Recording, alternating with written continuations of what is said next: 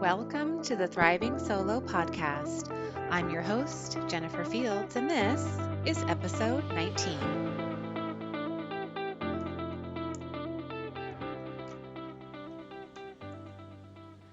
Hey, everybody, welcome back to the podcast. It's so great to have you here. I'm excited to have you in on a conversation I had recently with my latest guest, Keturah Kendrick. Keturah is the author of No Thanks, Black, Female, and Living in the Martyr-Free Zone. Keturah and I had a really wonderful conversation. It was very enlightening, where we would discussed anything from what it was like for her to break away from external expectations of being a Black female in her family and community, what it was like living as a single, childless Black woman while living abroad, and what the intention of putting herself first and knowing that she is enough have allowed her to manifest for her life. And pay attention closely, you'll even hear the unexpected moment when Keturah actually made me cry. It's true, not kidding. Anyways, I loved speaking with Keturah. I I really enjoyed the conversation and learned a lot, and I think you will too. So enjoy, and here we go. Okay, everybody, once again, welcome back to the podcast. I am joined today. I'm so thrilled to be joined today with author, teacher, podcast host, and ambassador of freedom to Black women, Keturah Kendrick. Welcome to the podcast. Thank you so much, Jennifer. I appreciate your having me. Yes. One of the things, aside from being an author, is a teacher. I'm curious, I don't know, what do you teach? I teach English language arts to high school and middle school, currently middle school. And it's odd that you bring that up because I'm actually ending that part of my journey in June. And I've taught all around the world for about 15 years now. So I'm going to just transition out of being a classroom teacher in any way. So yeah, it's interesting. That part of my life is coming to an end, but it's been a wild and absolutely worthwhile ride. Wonderful. I love that. I'm from a family of my father taught language arts. Oh, cool. So yeah, that's wonderful. What will you be going into? Are you going to be focusing more on your writing? Yes, I am. I do some consulting work and freelance writing work already, and I'm just going to focus more on that. I do have a manuscript of my next book that I need to build into a stronger draft and start the publishing process eventually with that. So just a variety of projects that give me the time and mental space to be able to focus on writing and workshops and consulting work. That is a wonderful. Congratulations. I bet that's really exciting. It's exciting to get to that point. Thank you. It is. It is. Like I said, it's been a long time coming. And once I just finally realized that, it's time to move on, I accepted that valiantly and graciously, and gonna leave the kiddos to the young teachers, the new ones coming in with all of their fresh ideas and their eagerness and their excitement and their youthful energy. I'm gonna pass the baton. It's time to pass the baton. Yeah. Exactly. Pass the baton on to them. Wonderful. That's wonderful. Now, you are the author of No Thanks, Black, Female, and Living in the Martyr-Free Zone. It was published in 2019, I believe. Mm-hmm. Yes. Now, right now, I believe you live in New York City. That's correct. Yes. I do. You were born in the South. You were born in New Orleans. Mm-hmm. Being born and raised in the South, you've said that you were constantly being fed messages of limitations, as a woman, and deficiencies as a Black woman. What were those messages? Well, that's a good question. I think ones that I got that were a bit more subtle, not necessarily direct, but I always got the impression, especially as a Southern Black woman, and as you know, the Bible Belt, it's called the Bible Belt for a reason. The message I just remember receiving in many indirect ways was that there was not much for me outside of here. Like this place And I love New Orleans dearly. I call New Orleans my first love. But Mm-hmm. outside of this city, this 6 block radius, this community of church going people, that the world was a scary place, and that the best place for me was to be in this tiny little world, and that anything that I wanted that was not attached to what I like to call good Black womanhood was odd if not want that certain thing. And so good Black womanhood often looked like, of course, being a church going lady, and eventually in your early to mid 20s, marrying a good Black man, and then procreating and having a couple of good Black children, and going to church. For me, I was raised Seventh-day Adventist, so going to church every Sabbath and putting your kids in, the youth church activities, and having a nice, wonderful life that was connected to the nuclear family, and existed within the same, like a few miles from where you grew up and lived all of your life. And so any aspirations outside of that, especially outside of being a wife and mother, any aspirations outside of that there seemed to be no prototype for it, especially a prototype that existed as a woman's choice. Of course, I encountered Black women who were either unmarried or happened to not have children, but it always was positioned as an unfortunate circumstance that happened to them that they were making peace with through the grace of God or something like that. Right. But anything outside of that was seen as an oddity if that were not a part of your life plan for yourself. So that's sort of what I felt and saw, and didn't have words, I think, necessarily to say this is what I'm seeing and how I feel the messaging to me is coming across. Mm-hmm. Mm-hmm. And despite being fed that information, there was something in you that kept you from like adopting those messages or beliefs. Do you remember a time when maybe like a light bulb went off that kind of got you heading towards that direction of saying, no, thanks, like this isn't going to be for me? A lot of my early womanhood, late teens, early 20s, when I was still in New Orleans, and for the most part had the same friends I'd always known most of my life. There was a time when I realized that there was nothing tying me to New Orleans, and that some of my friends who had made the choices that I was kind of sure I would not make, what they sacrificed to have those choices didn't seem like it was worth it to me. Now, for them, I'm sure, I would hope that they, although they weren't always blissfully happy, I would hope that they saw their choices as worthwhile and they were content with it. But I just kind of observed the life that I was pretty confident I would not be living. When I looked at those who were living it, it didn't seem like the prize that I was told it would be was actually a prize. And it occurred to me that at the end of the day, it was going to be me who had to sort of live with my choices. And if I would, quote unquote, regret those choices, as I had been told many times in my young womanhood, if I were going to regret them, well, I would live with it. So I think maybe my early 20s up until probably right into the cusp of 30, I was finding the courage to be able to fully own I'm unusual. What I want and what I don't want is unusual.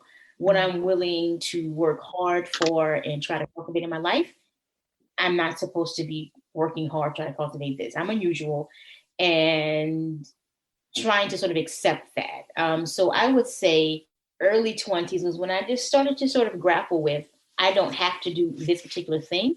And the women in my life who are doing this particular thing, it doesn't look like it's worth it to begin with. Right. Right.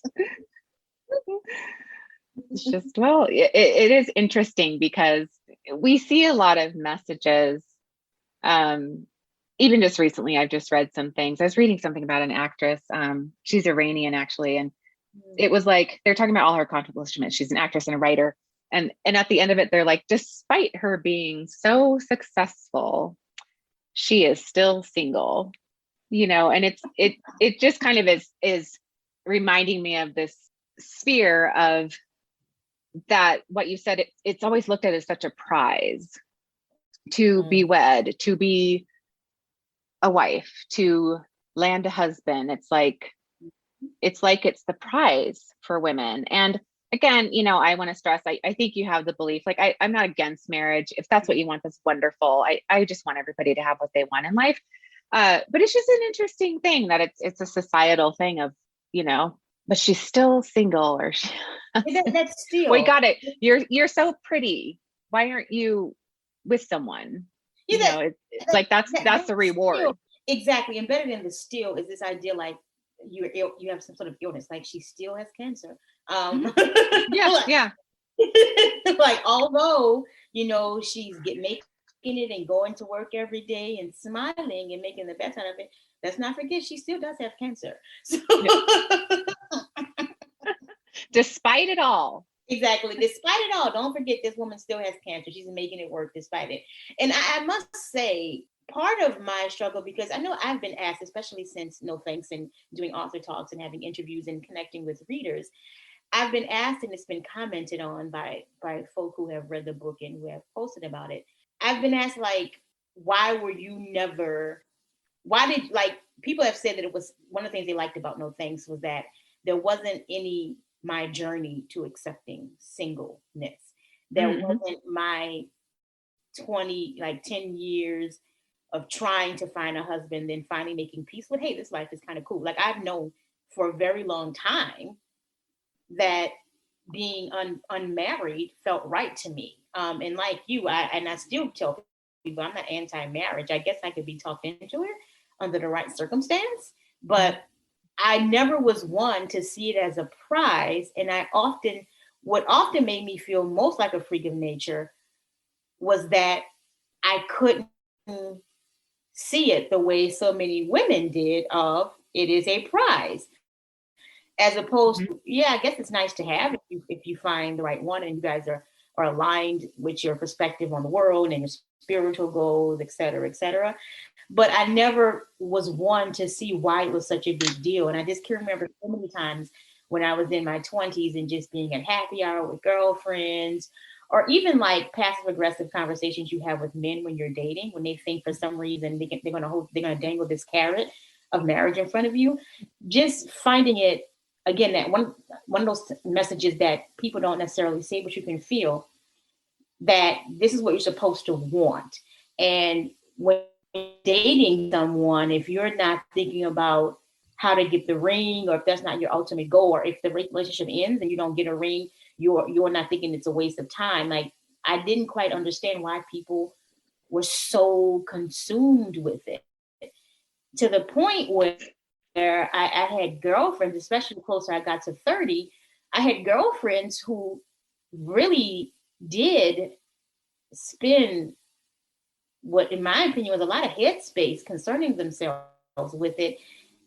And I couldn't quite get why. I just never could get this idea of you're still single or you should be looking for a potential partner. And it should bother you if you don't have one. And I appreciate how you're saying, you were like, you were the freak of nature who was just speaking so differently. I think a lot of women do go through that time of kind of maybe what's going on. Like, I am thinking differently. Like I, everybody's going this way, but why am I, it's interesting that I'm going this way. Yeah, I know I spent a couple of years actually after being single for a handful of years, then started thinking that as I got to my late 30s, like, well, shouldn't I want to be doing this now? Shouldn't I want to be doing this yet? And I'm like, no, I still don't want to do it. Still don't. And it's totally fine. It's just thinking it still doesn't excite me. The idea of just sharing my living space, and I think the adjustments you have to make, not just when you're in a relationship, but when you have legally partnered with someone and you're sharing space with them and just sharing your life in a very specific way. Mm-hmm. Um, yeah, it isn't something that generally I aim for or find worthwhile for me. Mm-hmm. And I know it's probably not a popular opinion, but yeah, it's just kind of like we can be together and we can support each other, but I don't know why it has to be in this specific way in order for it to be Mm-hmm. meaningful. Right. Right. Maybe there's other ways that it can be. Now you are well, I already mentioned that you're the author of No Thanks Black Female and Living in the Martyr Free Zone. I love this at the beginning of the book in the preface. It's in relation to what we're talking about, that about women who may be in this space. You say, but there will be this feeling they cannot shake. Something is not quite right about me. They won't understand why their decisions about their lives cause so many whispers, invite unsolicited advice, and spark concern for their futures. And this quiet chastisement by their community will cause them to question their choices. Eventually, with enough reminders that they are unicorns, they will follow orders and try to chip away at the weird horn protruding from their foreheads. It is with this book that I say to these women, sis, you are not crazy. Neither are you alone. It's like I almost get emotional at that, because Wow. I can't believe I am getting emotional. I wasn't expecting this here, but Wow, I'm humbled. I Wow. I'm this is unexpected that I'm actually it is coming out now, as I read it before, but it is coming out because I remember that too. When I started my business, there just is this thing that women can carry around with them, because of that, because we're thinking different than the norm, and then it is unfortunate that women go to that place of, there's something wrong with me, there's something just not quite right, when it's really not at all. But it is interesting that we can kind of sit there like, what is wrong? I have had those thoughts on what is wrong with me, that I'm not like wanting this. With that said, when in your dedication in this book, when did you decide it was time to write this book? There's the beautiful gift of aging, is really starting to come to terms with, this is me. Like I joke all the time, and I've said before, and on panels, I feel like your 20s, you're kind of like, this is me. And then your 30s, you're like, this is me. And then your 40s, you're kind of like, yeah, this is me. Mhm. I kind of when I started writing those things, I was in probably like maybe 40, 41, and I had spent 2 years in Africa. I lived in East Africa in Rwanda, and I just got to a place, especially after being in Africa for 2 years, where I started to just really confront and own that what I was trying to say was no big deal and was just personal decisions really were incredibly political. Because one of the things I think that I miss about the continent of Africa that America can learn something from is Africa has no pretense. There is no pretending that you really believe women and men are equal. There is no no passive aggressive attempts to make it seem like um, veering outside of the norm is anything but abnormal.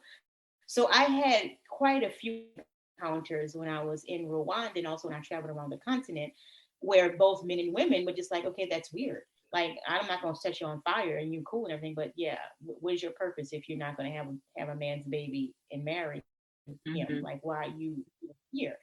So I had a couple of experiences where it was so crystal clear that this is what a woman is supposed to do.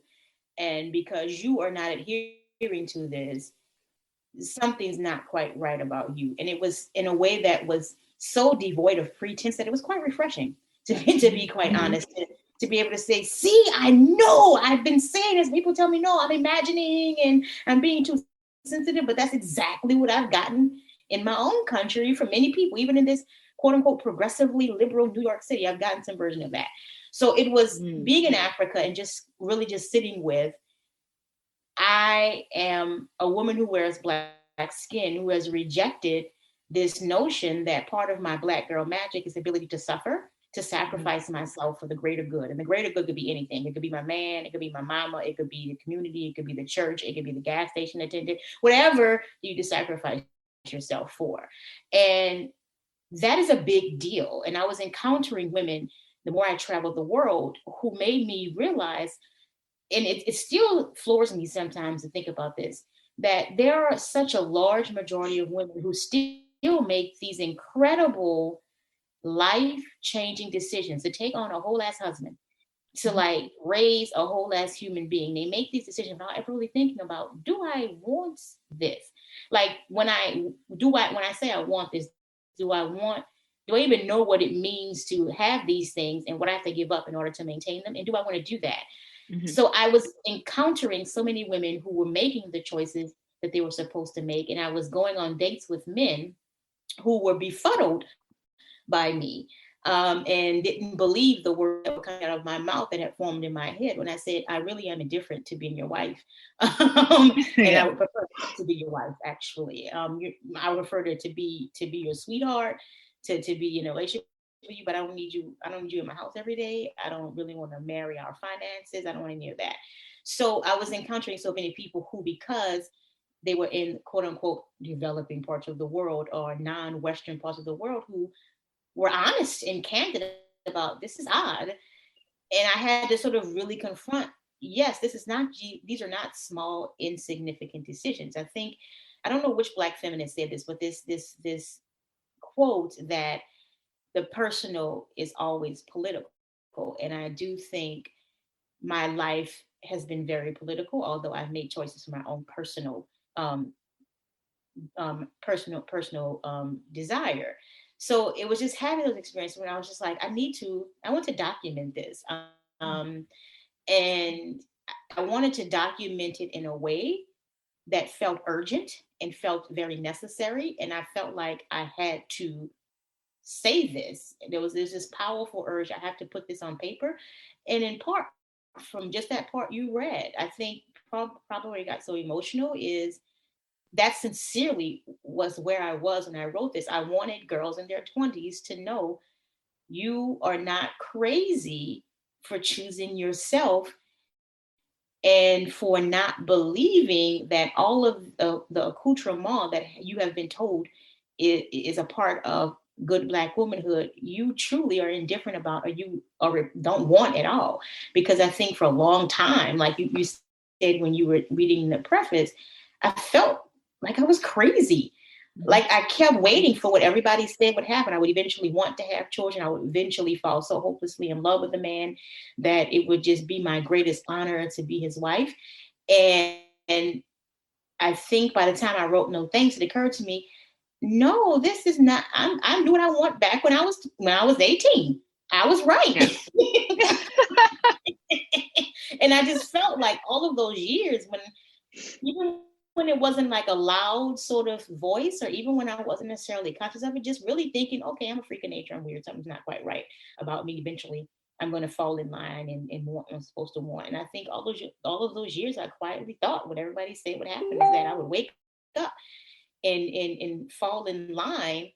And I wanted it documented in case any young woman happened to find the book, will be like, oh, okay, so she is the age that people are saying I'm going to be at when I wake up sad, but she clearly Mm. is the complete opposite of sad. so, Mhm. so I think it was that, just wanting to document I was here, my story matters, and so younger women could know this is not some phantom concept that women Mhm. not looking at motherhood and marriage as these huge prizes. This is not new.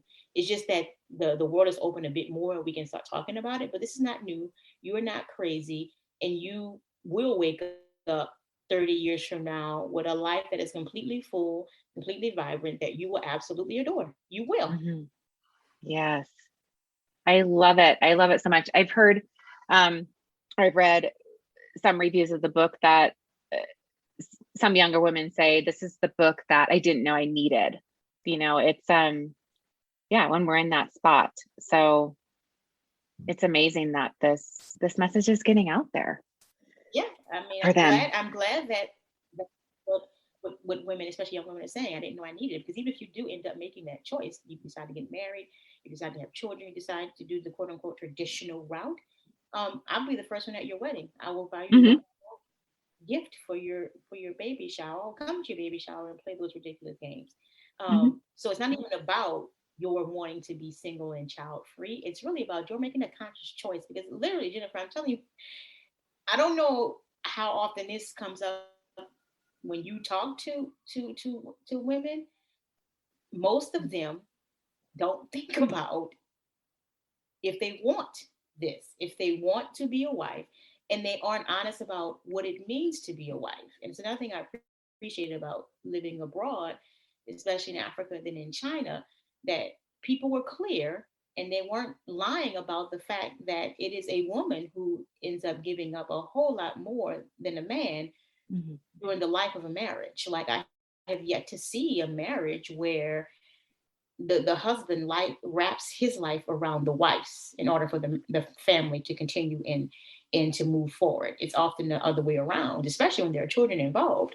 So, like, what it means to be a man's wife, not the first few years when you're all giddy because you're a new bride, but over the 10 or 15 or 20 years.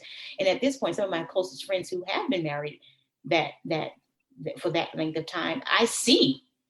Again, I hope they're happy, but clearly, again, as Killmonger would say in Black Panther, is this the plan? Like, when I look at the trajectory of their life and what they've had to do in order to make sure that their children and their husband and their home is running smoothly, oh, I'm clear on who is doing the most emotional labor, who is Yeah. actually doing most of the grunt work of the, not just the raising the kids, but just keeping the relationship of the marriage going. And yeah, I just don't see why that was a problem. And I think women enter these marriages not truly thinking about what it means day to day for the next few years, what I will have to do to make sure this marriage and this family exists in the long term. And I have just as many friends who are still married who have now divorced their husbands, and the husbands have no idea what the hell what the hell they did, and they didn't really do Hmm. anything.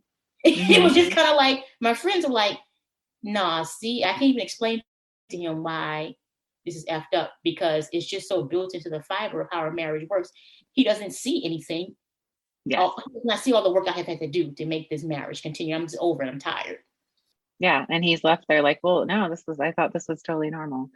Um, Yeah, but but we're fine. and maybe, maybe it's not that we blame him for that, but maybe, maybe things should have been talked about. It's that kind of stuff too. Yeah, I think exactly. people get into that and they, maybe assume some things and things aren't really communicated, you know, before that beautiful, wedding dress walks down the aisle. Exactly. Exactly. So And I yeah. think that's part of it. I think there, when I think about what we talked about earlier about when people say you're still single, and there's this expectation that if you are of a certain age and you have not married, that you will be sad and lonely and bored. Because I think in the narrative of marriage and partnership, we all know what the family route looks like. Every movie, Hmm. every book, um, for those of us who grew up around many married couples, we all know what that looks like, because that's the dominant narrative presented. I think a lot of women have this vague idea of what a life of not being chosen by a man would be. And since they don't have enough consistent, concrete, nuanced representation of it in media consumption and pop culture, the automatic go-to is it's going to be miserable and I'm going to be sad and I'm not going to have anything to do, and it's going to make me look shameful, because what's presented as the opposite is presented so much of the opposite. Even in movies where they try to show that marriage is not easy and raising children is not easy, there still is this element of, oh, but it's so cute, look what they're doing, and it's noble, and it all works out. So I think a lot of women take it on without having those conversations, and not really thinking about what does this mean for me as someone's wife. I think they take it on because they think they know what it looks like. They don't know what the alternative, our life, they don't know what that looks like. Mm-hmm. So they go automatically to it's gonna look bad. Mm-hmm. Well, it's the unknown plus mixed with the messages they get of Exactly. it's gonna be bad. Exactly. Yeah. So it's some people just don't want to take the chance. So let me just go ahead and make this work because I yeah. that's gonna be bad. Yeah. And it doesn't mean that it's super easy too, but it's just life. We're all just living life. I think it doesn't mean it's always a dreamland too. It is still life, but it's not all bad. In one of your episodes on your Unchained Unbothered podcast, you stress the importance of putting yourself first and how that teaches people how to treat you. So when you decided that this is who you were and that you weren't going to be, or that you were going to be unchained and unbothered and that you were going to live martyr free, what was the response of those around you? People's reaction to a woman, especially a woman who wears black skin, saying, if the choice comes between you and me, you getting under the train. I'm not throwing myself under the train. That's ridiculous. The reaction to you get is interesting because it's either extreme. You get either a crazy level of adoration, like, oh my God, I so admire you, which I find comical because is that what the bar is for admiration? Simply saying, I'm going to take care of myself and not sacrifice myself. That is something that's an admirable quality. But okay. So it's either like admiration, like, oh my goodness, you have so much courage.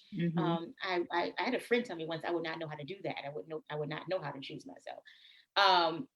Or low level disdain that often exhibits itself in sort of passive aggressive commentary that is supposed to make you sort of doubt your choice to choose you, or that is meant to try to make you feel guilty for simply saying, I will always choose myself until the day I inhale my last breath. I will always choose Katura over anyone else. I'm always a better option. This sort of like, well, how dare you, or trying to call you quote unquote selfish in ways that come up that you wouldn't even expect. So just sort of this people feeling put upon because you have the audacity to choose yourself and to feel no shame in it. And I think projecting onto you their regret that they didn't make the same choice. So it's usually either or. It's usually with women. It's I got I respect that. I wish I need to learn how to do that, and I wouldn't know how, and I wish I had taken myself more seriously and all that. And with women or men, I also got a lot of, well, that's selfish and that's what's wrong with the world now, and all of this projection on what they thought it meant for a woman to say, I will be centering myself in the narrative of my life, like projection of what that meant.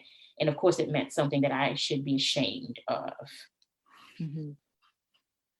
When you made that conscious decision to put yourself first and to realize that you're enough in your life, what have those things done for you? It has given me, I feel like I'm sort of flying, like a level of freedom and peace that I don't think I can even explain. Although I'm a writer, you think I'd have the words. I can't really explain the level of freedom and peace that you get, because I think what you start to do, and those who sort of judge you don't see, is when you say, I am enough, you don't isolate yourself from the world. You end up actually having more people in your life, just people who you want there. And you end up doing more things that you want to do and making decisions that are going to give you the life that you want. And in some odd way, putting yourself first actually makes you much more capable of being there and being a whole and compassionate person to the people in your life and just other human beings. So I kind of feel like, and I've been centering myself for a very long time now. Mhm. So I kind of feel like it's made me so grateful that I didn't allow my independent spirit to be beat out of me. Because I think in many ways, even the people who love us in our lives, when they see a young girl who truly values herself and wants to make herself the star of the drama of her life, I think there are people who in your life who try to beat it out of you. And these people love you and they don't realize that that's what they're doing. And it's made me so grateful that I somehow, I don't know where this came from, but I somehow had the strength of character and the knowledge of who I was, not to allow that to be squashed in me. Because especially when I look at some of my friends who I've known since childhood or young adulthood, they didn't have that strength of self. And I can see it having been beat out of them. And I think it's to everybody in their lives' advantage except for them. So it just made me incredibly grateful that I just had that wherewithal to be true to myself. Because I think the world, I remember seeing something on social media, this meme that basically said something like, I'm convinced, the older I get, I'm convinced that I knew who I was by the time I was 8 years old, but the adults convinced me otherwise. Oh, So I man. just feel like exactly right. I saw that pop up. I think it was I popped across my Instagram feed, and I was like, that is so profound and so true. Like I think the kids know you know who you are. It's Hmm. just that it's inconvenient to the people who have to raise you or teach you or take care of you. So you're talked out of it. Hmm. So I just feel incredibly grateful that I remain true to myself because although, like you said, my life is not perfect. On most days, if I've had my coffee, if I've done my morning spiritual practice, I'm at like, a 7, maybe Hmm. an 8. But there are days because life is life when I'm not in a great mood. My life can be difficult I'm maybe at a 5. But at this point in my life, I feel vindicated and validated that I knew I was right. That the life I see for myself now is exactly how I imagined it, even better. And I'm glad I stayed true to myself because there's a level of freedom and peace that I'm sad for women I know who don't have that because they allowed themselves to be convinced that they were not who they are, and now they are these people that they don't even really recognize. Some of them. Right. And it's, as you're saying this, it's like I'm almost coming back to, I felt the same.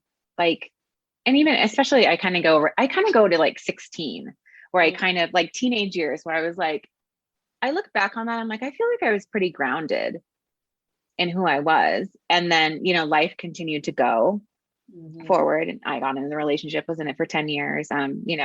Was kind of doing the steps, graduated college, bought a condo, was kind of going through all the steps. And then, I had my moment of like, nope, this isn't what I want to be doing. But it's interesting now that I'm in my mid 40s, I've been thinking back to that more and more. So I wonder if it's kind of that cycle of realizing that, getting to part in your life where you realize, you know what, I think I knew it back then. Um, Yeah.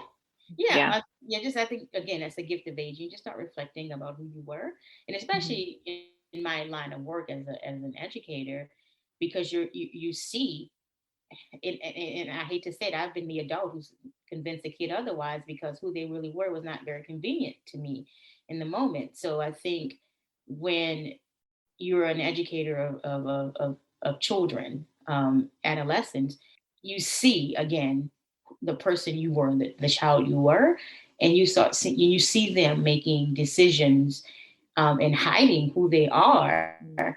because they know it's not acceptable, and not just stuff like sexuality but just hiding parts of themselves that they can sense because children are very perceptive. You don't have to tell them this is wrong or you are wrong. They know without your saying a word. So you can see them start to hide or adapt themselves because they know that who they are is wrong given this set of standards in this environment or whatever. So I know as an educator of adolescents, I and where I am now is in my mid 40s too, just looking like, yes, when I was 16, I knew I was. And then, like you said, life goes on. Mhm. And you start making compromises or questioning yourself. And at some point, if you're fortunate, you get to really examining like who was that 16-year-old girl and how much of that can I revive because she was pretty cool. Uh-huh. I have had those moments of, you know what? I was actually pretty cool back then. I liked a lot I of who didn't I know it was was. Yeah.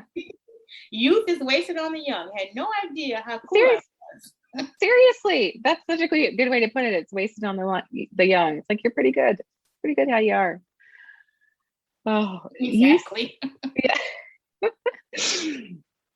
You say that your life mission is to be an ambassador of freedom to Black women, living and loving life beyond boundaries in order to create peace. I read that there's something about that peace that stood out to me. What does that peace look like to you? That piece looks like knowing with every fiber of your being that you are who you were meant to be, that your life is how it is meant to be, even when it's not perfect, even when it's hard. But literally, I mean, I'm no longer a Christian, but I grew up in a Christian church. As I said, I grew up in the Bible Belt South. Mm-hmm. But there's a hymn that I remember being sang, especially on, Communion Sabbath. It is well, it is well with my soul. And I Mm-hmm. think about peace being able to literally look at yourself in the mirror every single day and go to bed thinking exactly that. It is well with my soul. I am not proud of every decision I've made. I have made some decisions that have been, looking back, a bit questionable and kind of ridiculous. And oddly enough, they resulted in some quite memorable and fun moments. But not every decision I have made has been a stellar one.